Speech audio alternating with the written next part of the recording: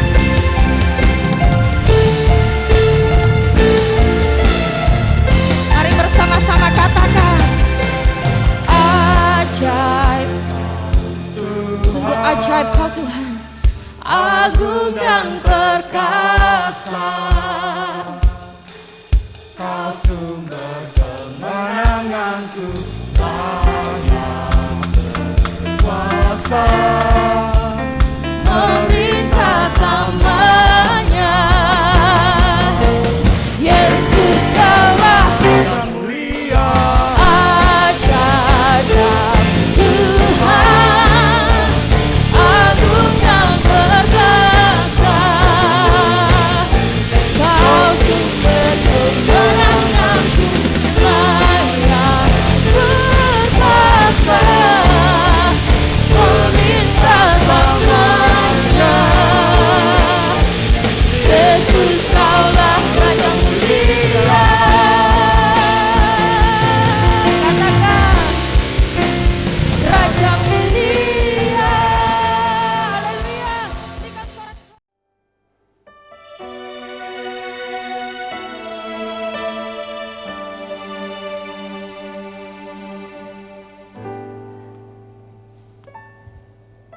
Setiap janji-Mu Tuhan, ku simpan dalam lubuk hatiku.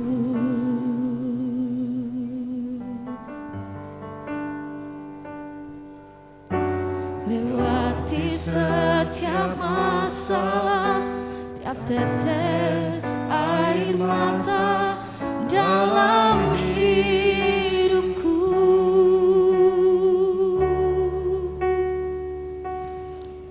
Janji-Mu menopang hidupku, kasih-Mu menuntun langkahku dalam setiap waktu. Penolongku yang aku percaya. Sekali lagi katakan, setiap janji-Mu Tuhan, setiap janji-Mu Tuhan, ku simpan dalam lubuk hatiku.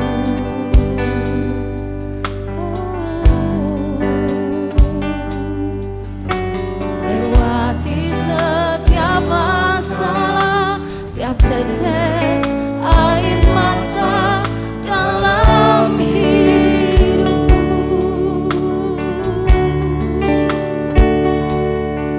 Janji-Mu menopang hidupku, kasih-Mu menuntun langkahku dalam setiap waktu.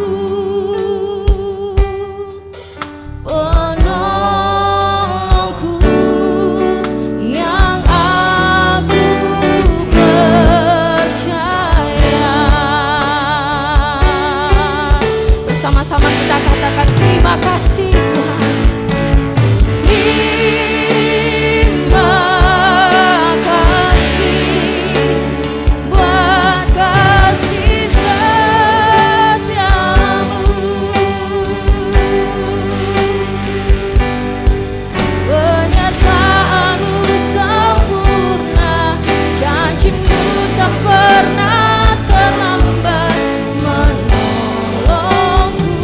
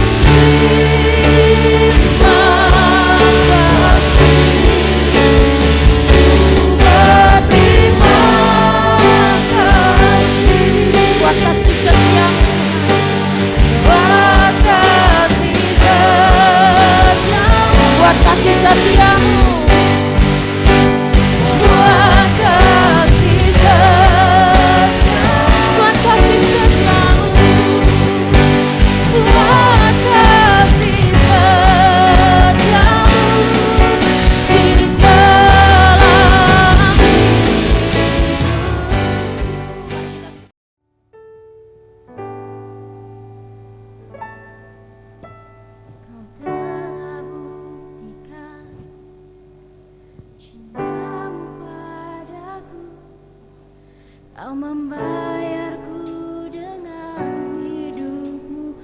Ku bersyukur yang ada padaku, semuanya milikmu. Ku persembahkan seluruh hidupku di mesbamu. Mari bersama-sama katakan, Hanya Kau yang menjadi tanpa jawaban. Hanya Kau tempatku berharap. Amin Tuhan. Berjalan bersamamu, ku takkan goyah, sebab tangan kasih-Mu tersedia bagiku. Terima kasih Tuhan, selamanya ku cinta. Saya mengundang kita semua untuk bangkit berdiri. Haleluya. Kau telah buktikan cintamu padaku, kau membayarku dengan hidupmu. Ku bersyukur yang ada padaku, semuanya milikmu. Ku persembahkan seluruh hidupku di mesbamu. Hanya Kau yang menjadi tempat jawaban. Hanya Kau tempatku berharap. Amin Tuhan. Berjalan bersamamu, ku takkan goyah, sebab tangan kasih-Mu tersedia bagiku. Selamanya kan ku cinta.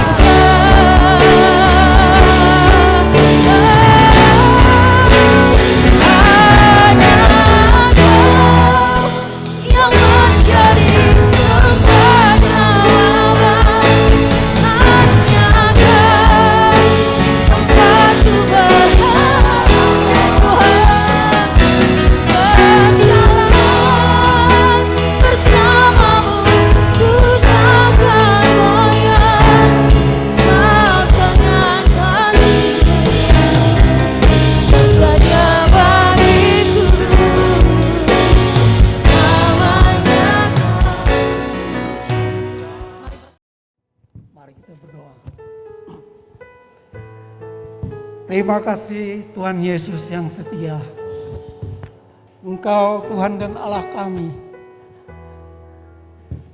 Terima kasih atas kasih setiamu yang tidak pernah berubah. Engkau Allah dan Tuhan kami yang kekal, yang tidak pernah berubah. Dari dulu, sekarang, dan sampai selama-lamanya. Demikian juga pertolongan-Mu Tuhan, penyertaan-Mu setiap waktu, setiap musim, dan pertolongan-Mu juga Tuhan. Kami mengucap terima kasih. Kami mengucap syukur untuk pagi hari Tuhan. Engkau akan memberkati kami dengan kebenaran firman-Mu Tuhan. Dan kiranya Roh-Mu yang kudus menolong setiap kami Tuhan, sehingga hati kami boleh siap Tuhan untuk mendengar dan menerima firman-Mu, menjadi iman dan kekuatan kami, menjadi berkat buat hidup kami Tuhan. Terima kasih Tuhan, kami mengucap syukur, kami berdoa di dalam nama Tuhan Yesus Kristus. Haleluya, amin. Untuk khotbah hari ini saya beri judul Dalam Persekutuan dengan Tuhan, jeripayahku, jeripayahmu tidak sia-sia. Ya. Saya mencatat khotbah Bapak Pendeta Teddy Gunadi ya, yang sebelumnya ini tanggal 19 September yang lalu ada satu yang saya tangkap, yaitu apa yang dikatakan perkataan dari Billy Graham dalam khotbahnya Pak Teddy. Dikatakan, meskipun Anda tidak terkenal dan biasa-biasa saja, Anda bisa bahagia ya atau berguna apabila Anda berada dalam kehendak Allah atau dalam rencana Allah ya. Kemudian pada tanggal 3 yang baru lalu Oktober, dalam khotbah dengan judul hamba yang setia dan hamba yang jahat ya. Itu dua khotbah ini berbicara mengenai suatu topik ya atau satu tema, berbicara tentang sikap hati atau sikap mental ya. Sikap hati dan sikap mental dalam mengiringi Tuhan ya, dalam melayani Tuhan ya. Setiap pribadi kita ya, sebagai anak Tuhan, sebagai jemaat ya, sikap hati, sikap mental juga perbuatan. Maka saya khotbah hari ini saya menyaut ya khotbah Bapak Teddy Gunardi ya. Maka saya ambil yang judulnya yang tadi ya, terambil dari surat pertama Paulus kepada jemaat Korintus atau 1 Korintus pasal 15 ayat yang terakhir, yaitu ayat 58 yang mengatakan demikian. Karena itu saudara-saudara yang terkasih, berdirilah teguh, jangan goyah. Ini berbicara iman, berbicara sikap hati, sikap mental. Dan giatlah selalu dalam pekerjaan Tuhan. Ini perbuatan ya. Sebab kamu tahu bahwa dalam persekutuan dengan Tuhan jerih payamu tidak sia-sia. Sama menyangkut sikap hati, sikap mental dan perbuatan kita ya. Tidak sia-sia. Karena apa? Tidak sia-sia dalam hal ini kita bisa mengertinya bahwa kalau sia-sia itu tidak kekal, tidak ada nilai kekal, ya sia-sia. Ini dalam pekerjaan Tuhan, dalam pelayanan Tuhan, ya Tuhan itu adalah kekal, berkodratnya bersifat hakikinya adalah kekal dan universal. Jadi pelayanan kita dalam Tuhan, persekutuan dalam Tuhan atau pelayanan dalam Tuhan juga bernilai kekal, ya bernilai kekal. Paling dalam nama Tuhan adalah bernilai kekal. Ya. Ayat ini adalah ayat terakhir daripada 1 Korintus pasal 15, ya pasal 15. Jadi kita sekarang mau belajar tentang pasal 15, ya tentang latar belakangnya. Topik sesuai dengan topik, ya.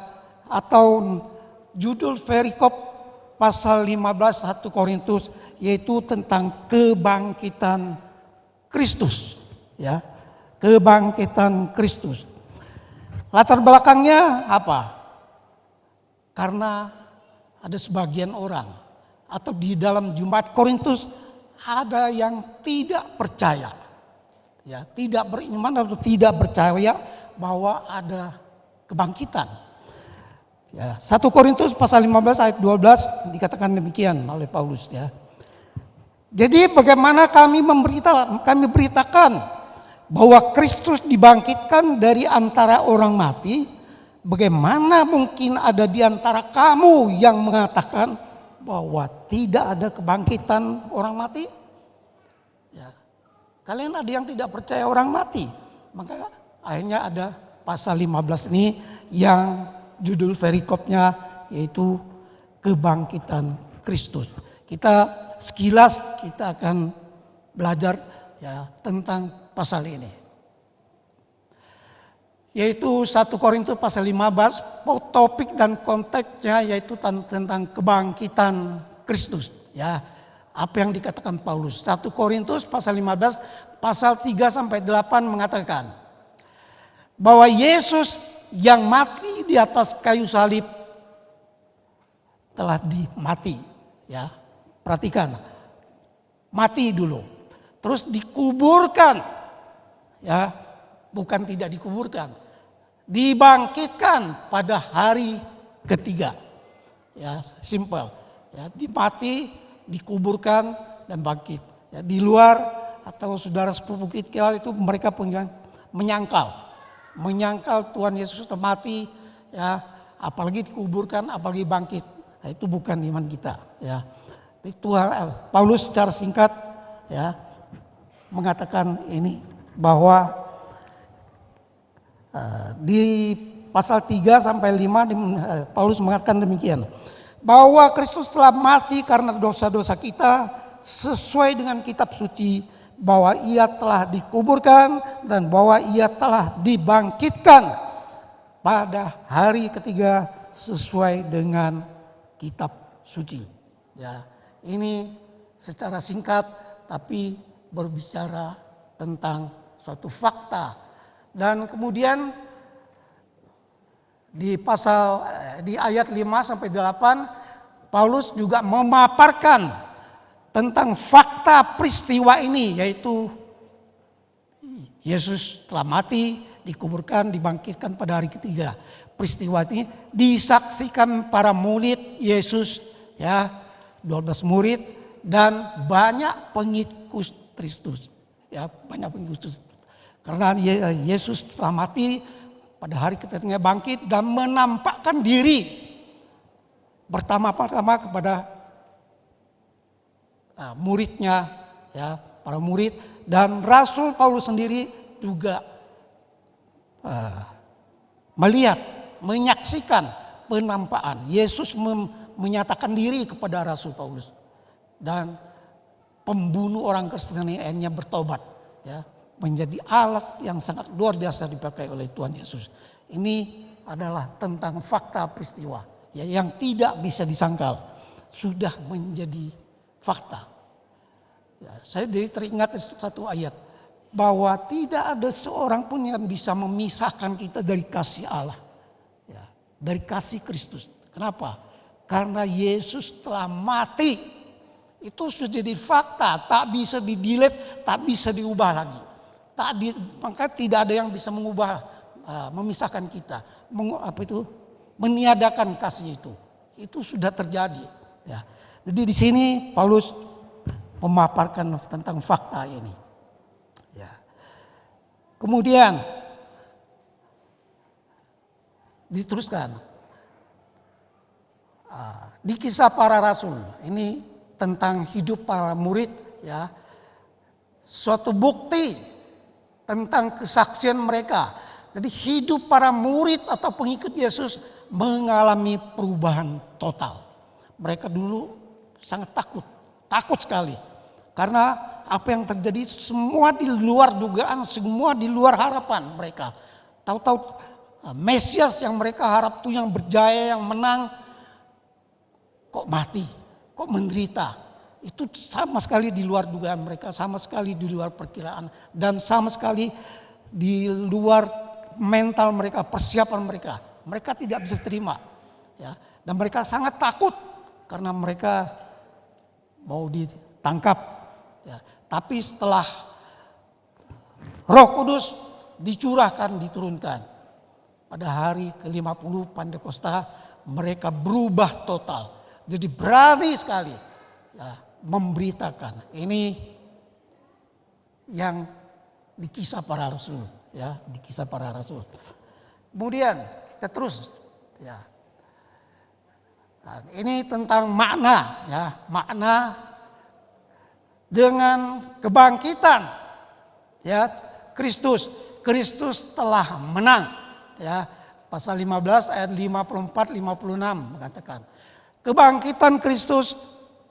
Kemenangannya apa? Memproklamir, ya, memproklamir kemenangan Kristus atas apa?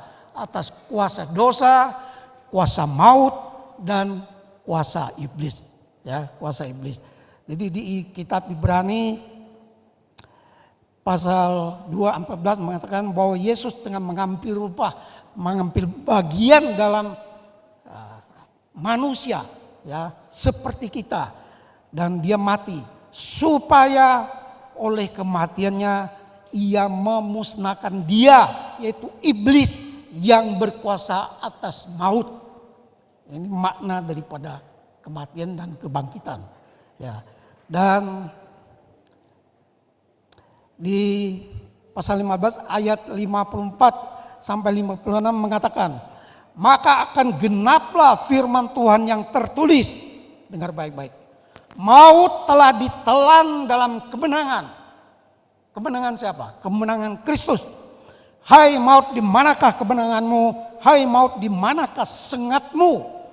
Sengat maut ialah dosa, dan kuasa dosa ialah hukum Taurat. Sekali lagi, sengat maut adalah dosa. Upah dosa adalah maut, ya, mati. Dan kuasa dosa adalah hukum Taurat. Hukum Taurat kok ada, ya? Betul. Karena ketidakmampuan manusia menggenapi, melakukan dengan sepenuhnya hukum Taurat, maka itu termasuk pelanggaran. Berbuat jahat, berbuat dosa, itu jahat, pelanggaran. Tapi tidak mampu berbuat baik sesuai hukum Taurat, itu juga menjadi apa? Kutukan, ya. Maka kebangkitan Tuhan Yesus, ya, di situ dikatakan dia juga mematahkan kutukan daripada pelanggaran hukum Taurat. Ya. Di Galatia pasal 3, ya, pasal 3 ayat 13a mengatakan, Kristus telah menebus kita dari kutuk hukum Taurat dengan jalan apa? Dengan cara apa? Menjadi kutuk karena kita. Di atas kayu salib, karena orang yang gantung di atas kayu, firman Tuhan mengatakan tertulis, yang digantung di atas kayu adalah kutukan. Dia menjadi kutukan supaya kutukan kita dipatahkan. Ya. Ini dasar iman kita. Ya. Jadi orang percaya, satu kali lagi, kemenangannya Tuhan Yesus juga saat membawa konsekuensi atau membawa berkat, ya, bahwa orang percaya, ya, orang percaya dibenarkan karenanya. Karena apa? Karena kemenangan, kebangkitan, ya. Roma pasal 14 pasal 4 25 mengatakan Yesus yang telah diserahkan karena pelanggaran kita. Ini penebusan. Ya, dia mati diserahkan. Yesus telah diserahkan karena pelanggaran kita dan dibangkitkan karena pembenaran kita. Pembenaran. Maksudnya apa? Di mata Allah kita tidak salah lagi. Kita menjadi benar. Bukan karena perbuatan kita, karena Yesus yang dilihat adalah anaknya. Ya, jadi kebangkitan, ya, Tuhan Yesus Kristus telah menjadi pembenaran kita. Ya, ini tentang kemenangan Tuhan. Kita terus. Kemudian bukan hanya kebangkitan Kristus. Ya, sekarang berbicara tentang kita. Ya, setiap orang percaya. Ya, kebangkitan orang percaya. Kristus telah dibangkitkan dari antara orang mati sebagai sulung yang pertama dari orang-orang yang telah meninggal. Dan semua orang akan dihidupkan kembali dalam persekutuan dengan Kristus. Ya, pasal 15 ayat 20 dan 22b, ya, dikatakan demikian. Karena sama seperti semua orang mati dalam persekutuan dengan Adam, mati dalam Adam, demikian pula semua orang akan dihidupkan kembali dalam persekutuan dengan Kristus. Ya. Jadi kebangkitan Yesus, ya, juga membawa suatu konsekuensi, suatu akibat, suatu berkat bahwa orang percaya juga akan. Kapan itu? Ya. Kebangkitan orang percaya akan terjadi pada waktu kedatangan Kristus yang kedua kali, yang yaitu yang biasa kita bilang Maranatha, yaitu kedatangan Yesus yang kedua kali. Ya, yang kedua kali. Pasal ayat 23 mengatakan demikian. Tetapi tiap-tiap orang menurut urutnya. Jadi ada urutnya. Ya. Kristus sebagai buah sulung yang pertama. Sesudah itu mereka yang menjadi miliknya. Jadi orang percaya yang beriman pada Kristus. Pada waktu kedatangannya. Yesus sudah datang. Ini berbicara kedatangannya yang kedua. Ya. Dan selain itu Rasul Paulus juga memaparkan tentang kebangkitan tubuh atau tubuh kebangkitan. Ya, itu di pasal di ayat 40 sampai 44. Di mana dikatakan tentang tubuh surgawi, tubuh kemuliaan, tubuh rohani.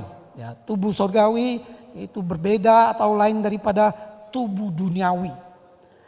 Tubuh kemuliaan dikatakan ditabur dalam kehinaan, ya, dan dibangkitkan dalam kemuliaan. Yang ditaburkan adalah tubuh alamiah. Tubuh alamiah itu apa? Nah, sekarang kita ini tubuh alamiah, ya. Dalam raga ini, ya, ada nyawa, bios alamiah. Tapi yang dibangkitkan adalah tubuh rohaniah. Yang ditabur dalam kebinasaan, yang dibangkitkan dalam ketidakbinasaan. Ya. Ditabur dalam kelemahan seperti kita sekarang ini. Terutama seperti kami ini yang sudah makin tua dalam kelemahan. Tapi dibangkitkan dalam kekuatan. Bukan kekuatan daging. Ya, bukan. Kekuatan dari Tuhan. Ya, rohania. Bahkan kita terus Rasul Paulus yang menerima wahyu dari Tuhan mengingkap sebuah rahasia ilahi, yaitu perihal saat terjadinya kebangkitan. Itu ditulis dalam ayat 50 sampai 54. Ya. Di mana 51 di dalam 52 mengatakan demikian. Kita semua akan diubah. Ya. Tidak semua orang akan mati. Ya, orang percaya. Tidak semua, tapi kita semua akan berubah yang pasti. Hidup maupun sudah mati dalam Tuhan. Dan dalam sekejap mata, pada waktu bunyi nafari terakhir, yaitu kedatangan Yesus. Sebab nafiri akan berbunyi dan orang-orang mati akan dibangkitkan dalam keadaan yang tidak dapat binasa. Dan kita semua akan berubah. Ini suatu misteri, suatu rahasia ilahi. Ya. Rasul Paulus tentu tidak berbicara sembarang. Dia diberi wahyu, ya, oleh Tuhan. Dia menyingkapkan hal ini. Inilah sepintas, ya, tentang kebangkitan Kristus dan kebangkitan orang percaya. Kita akan memperluas. Ya. Oleh karena kebangkitan Kristus dan membawa pengharapan bagi orang percaya, yaitu pengharapan hidup kekal. Maka itu menjadi motivasi, menjadi alasan, dan menjadi sumber kekuatan untuk orang percaya supaya untuk bisa berdiri teguh dan melayani Tuhan sesuai dengannya. Maka tidak sia-sia. Ya. Kristus telah bangkit bagi kita, maka itu orang percaya berpengharapan hidup kekal. Karena ada kebangkitan, ya, maka Rasul Paulus yang begitu dipakai Tuhan, begitu dekat dengan Kristus, ya, sampai suatu tingkat, ya, boleh berkata demikian. Karena bagiku hidup adalah Kristus. Dia tidak mengatakan bahwa hidup adalah bagi Kristus. Tapi hidup saya sudah adalah Kristus, bukan saya sendiri lagi. Ya, waktu hidup. Dan kalau mati adalah keuntungan. Ya. Hanya orang Kristen yang berani ngomong demikian. Mati adalah keuntungan. Ya. Dan jeripayah anak-anak Tuhan dalam pelayanan, jeripayah pelayanan anak-anak Tuhan bernilai kekal di mata Tuhan. Ya. Wahyu 14 ayat 13 ya, yang sudah sering kita dengar. Dan aku Rasul Yohanes ya, yang menulis di Wahyu, kitab Wahyu. Dan aku mendengar suara dari sorga berkata, tuliskan, berbahagialah orang-orang mati yang mati dalam Tuhan sejak sekarang ini. Sungguh kata Roh, perhatikan, supaya mereka boleh beristirahat dari jeripaya, dari lelah mereka, karena segala perbuatan mereka menyertai mereka. Perbuatan di sini bukan mengatakan perbuatan jahat, perbuatan ini apa itu, bukan. Dalam kitab versi bahasa Indonesia sehari-hari, perbuatan diterjemahkan sebagai hasil pelayanan, ya, buah pelayanan. Jadi hasil pelayanan kita itu menyertai kita, ya. Jadi punya nilai yang kekal, ya. Menyertai kita, ya, menyertai kita. Paling tidak di mata Tuhan ya begitu, ya. Karena apa? Tuhan itu kekal. Kita melayani ya bernilai kekal. Ya.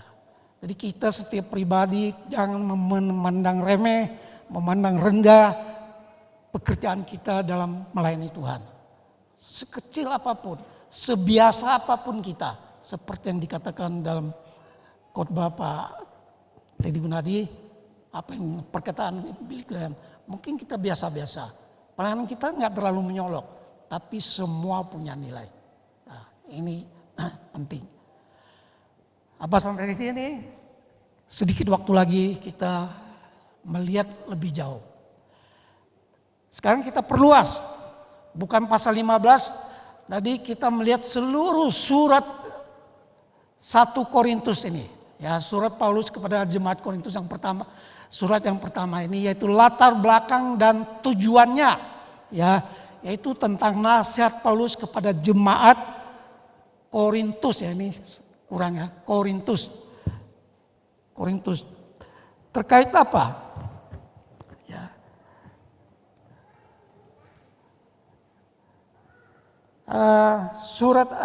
Rasul Paulus menulis surat kepada jemaat Korintus ada karena di situ ada, di dalam jemaat itu ada berbagai masalah, ada kekacauan. Juga menjawab banyak pertanyaan. Kekacauan di dalam jemaat Korintus antara lain misalnya tentang ada anggota jemaat yang hidupnya tidak baik, moralnya amoral, ya, dan perlu ada penertiban. Juga hal tentang ada perselisihan antara anggota jemaat sehingga sampai berperkara, ya, adu mengadu sampai ke pengadilan, ya. Juga tentang ada soal berhala, itu sangat penting. Dan satu lagi yang sangat penting yaitu hal kebiasaan yang salah dalam perjamuan kudus dan lain-lain. Juga menjawab pertanyaan diantara tentang soal perkawinan, ya, dan nasihat hidup kudus dalam rumah tangga, ya, juga tentang orang yang tidak kawin atau selibat. Ada yang kawin, ada yang tidak kawin, ya. Nah, jadi juga Rasul Paulus memberikan nasihat dan anjuran dan juga tentang makanan, ya, makanan persembahan berhala. Boleh enggak, haram enggak, atau halal? Nah, tentang masalah pertanyaan Rasul Paulus memberi petunjuk dan jawaban, ya, menjawab. Juga ya tentang hiasan, yaitu tentang penudung kepala wanita dalam ibadah dan lain-lain, ya, dan lain-lain. Ini nasihat. Ya, berbagai masalah dan perselisihan, menjawab berbagai pertanyaan, ya. Dan pada prinsip umumnya, ya, nasihat Paulus yaitu secara prinsip umum ya berprinsip lakukanlah hal yang bermanfaat, ya, dan memuliakan Tuhan. Ini prinsip secara umum. Dan tentu jangan menjadi batu sandungan, termasuk makanan, ya, termasuk makanan barang yang sudah disembah berhala sudah karena waktu itu daging itu dijual di pasar, semua sudah mereka sudah dipersembahkan orang yang tidak percaya, ya. Jadi boleh nggak kita makan termasuk itu, ya. Jadi boleh. Tapi kalau satu hal jangan menjadi batu sandungan, orang yang belum beriman kuat, ya, belum dewasa melihat bisa tersandung. Nah, ini prinsip umum. Dan yang kita sekarang mau fokus, ya, di antara perselisihan itu ada satu yang perselisihan yang cukup signifikan, ya, krusial bukan signifikan, krusial, ya, yang sangat mengganggu, yaitu tentang bahasa roh, ya, itu pasal 12 sampai 14, ya, bahasa roh itu juga ada yang bisa bahasa roh, ada yang tidak, ada yang setuju, ada yang tidak setuju bahasa roh yang begini, bahasa roh yang itu juga menjadi perselisihan. Dan ternyata hal ini sampai sekarang pun masih ada perselisihan. Ya, tapi fokus kita tidak begitu. Yang paling mengganggu yaitu adanya perpecahan di antara jemaat.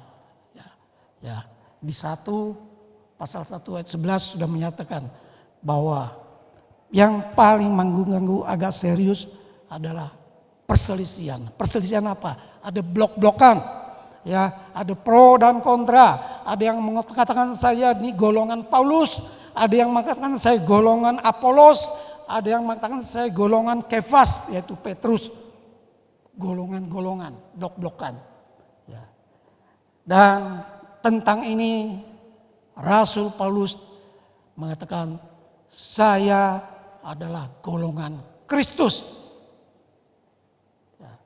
Saya adalah golongan Kristus. Ya. Dan ada statement yang sangat terkenal dari Rasul Paulus mengatakan, pasal 2 ayat 2, Rasul Paulus mengatakan, sebab aku telah memutuskan untuk tidak mengetahui apa-apa di antara kamu selain Yesus Kristus, yaitu Dia yang disalibkan. Ini sangat terkenal, ya, bahkan menjadi pangkal atau konstruksi daripada teologi salib daripada Calvinis, ya, itu di luar nanti.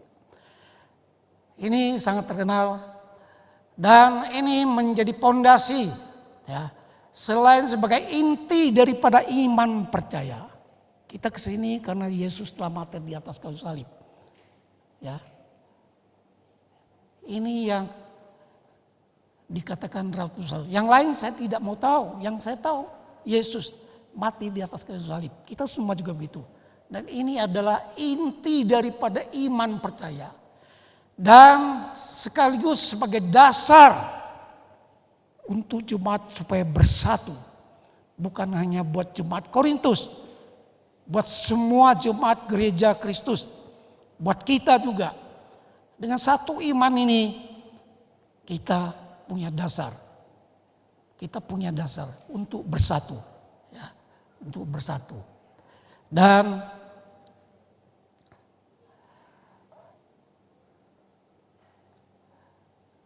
Rasul Paulus juga menasihati bahwa Kristuslah yang telah mati di atas kayu salib.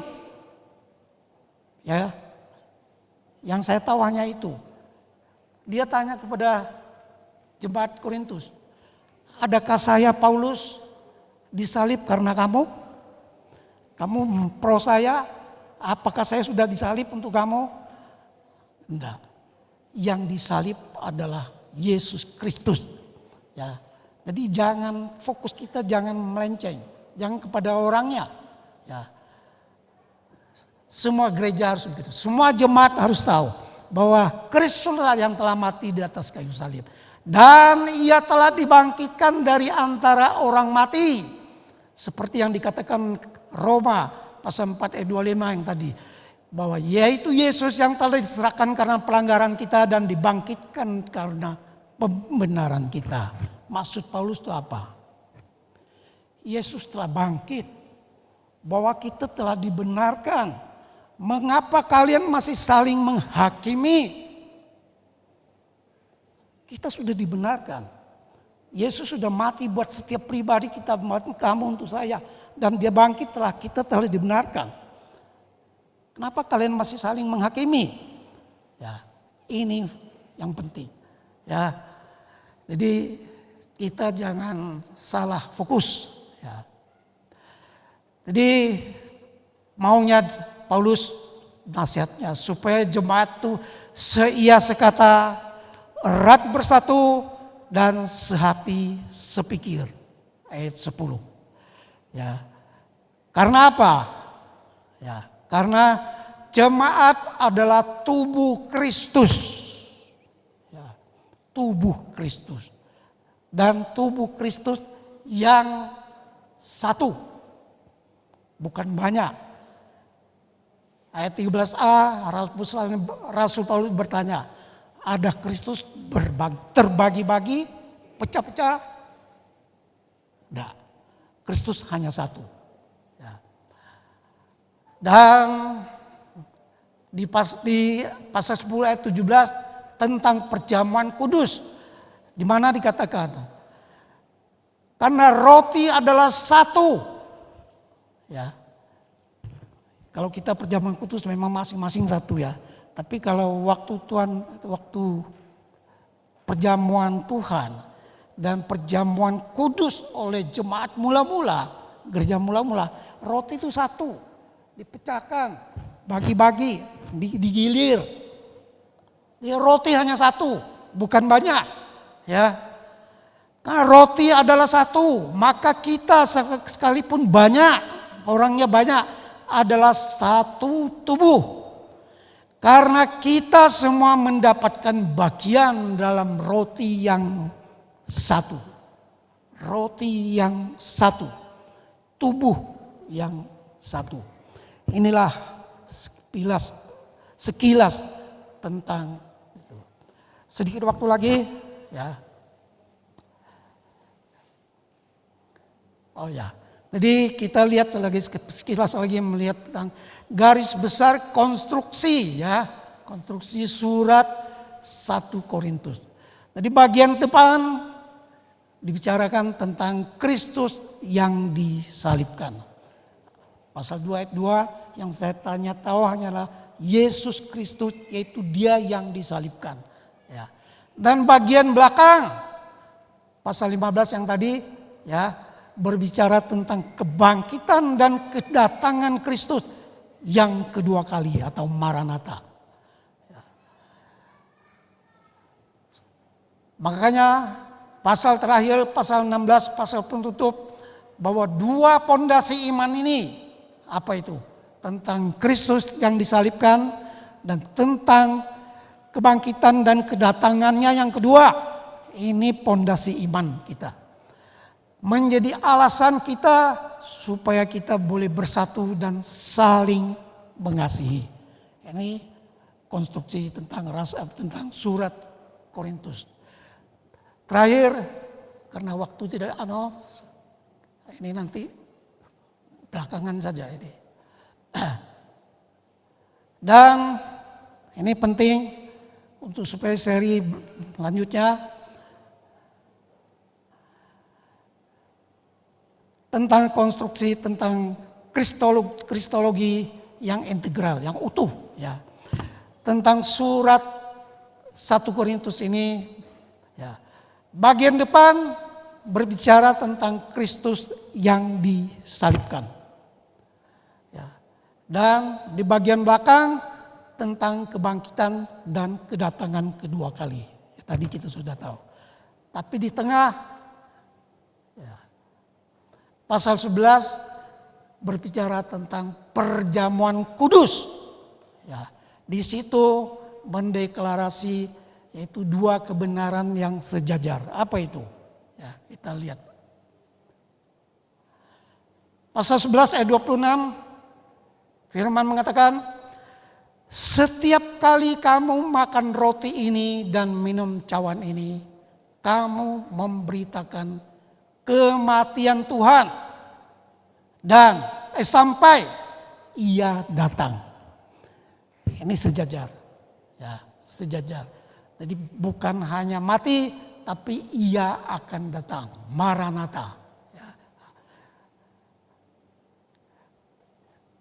Kematian yaitu pada kedatangan pertama firman menjadi manusia, ya, yaitu inkarnasi, di mana terjadi penyalipan, yaitu penebusan. Kemudian Ia datang berbicara, kedatangan kedua kali apa datang? Penghakiman. Berbicara tentang tahta, berbicara tentang penghakiman, berbicara tentang perjamuan kawin domba, anak domba. Ya, tapi hari ini kita waktu tidak cukup, kita akan lain kesempatan. Satu ayat yang harus kita pelajari yaitu dari Ibrani pasal 9, 27, 28 mengatakan demikian. Dan sama seperti manusia ditetapkan untuk hanya mati satu kali saja dan sesudah itu dihakimi. Ada penghakiman.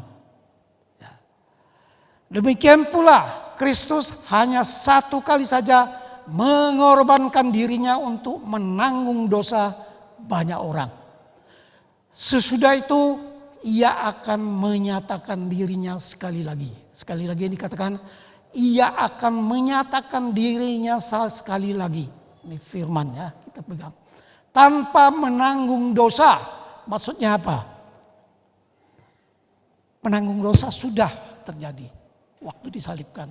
Dia datang lagi bukan soal tanggung dosa lagi, ya, untuk menganugerahkan keselamatan kepada mereka yang menantikan Dia. Memangnya sekarang belum selamat, sudah. Yang di sini keselamatan maksudnya penebusan terakhir, penebusan tubuh, yaitu akan ada kebangkitan, ya, akan ada pengangkatan, ya, ada kebangkitan, ada tubuh kemuliaan, tubuh rohani, ya, itu yang akan terjadi. Ya. Jadi akan datang sekali lagi. Ya, saya kira untuk hari ini kita sampai di sini dulu, ya. Kita akan lanjutkan pada ke waktu yang lain. Mari kita berdoa. Terima kasih Tuhan untuk kebenaran firman-Mu. Karena kami diberitahu, kami diberi pencerahan oleh kebenaran-Mu. Bahwa Engkau telah datang tidak hanya menebus dan membenarkan kami. Dan Engkau akan kembali untuk menghampiri dunia ini. Dan untuk menyatu dengan orang-orang milik-Mu Tuhan. Setiap orang percaya berpengharapan untuk hidup yang kekal oleh karena pengorbanan dan pembenaran Tuhan. Dan kami tahu janji-Mu adalah ya dan amin. Seperti apa yang telah Kau berkata, seperti apa yang telah Kau berbuat selama Kau hidup. Kebenaran-Mu adalah kekal dan tidak bisa dihapus, tidak bisa didelete. Kami terima kasih Tuhan untuk semua ini dan kami ucap syukur oleh berkat-Mu. Kiranya Engkau menyertai kami semua. Di dalam nama Tuhan Yesus kami ucap syukur. Haleluya.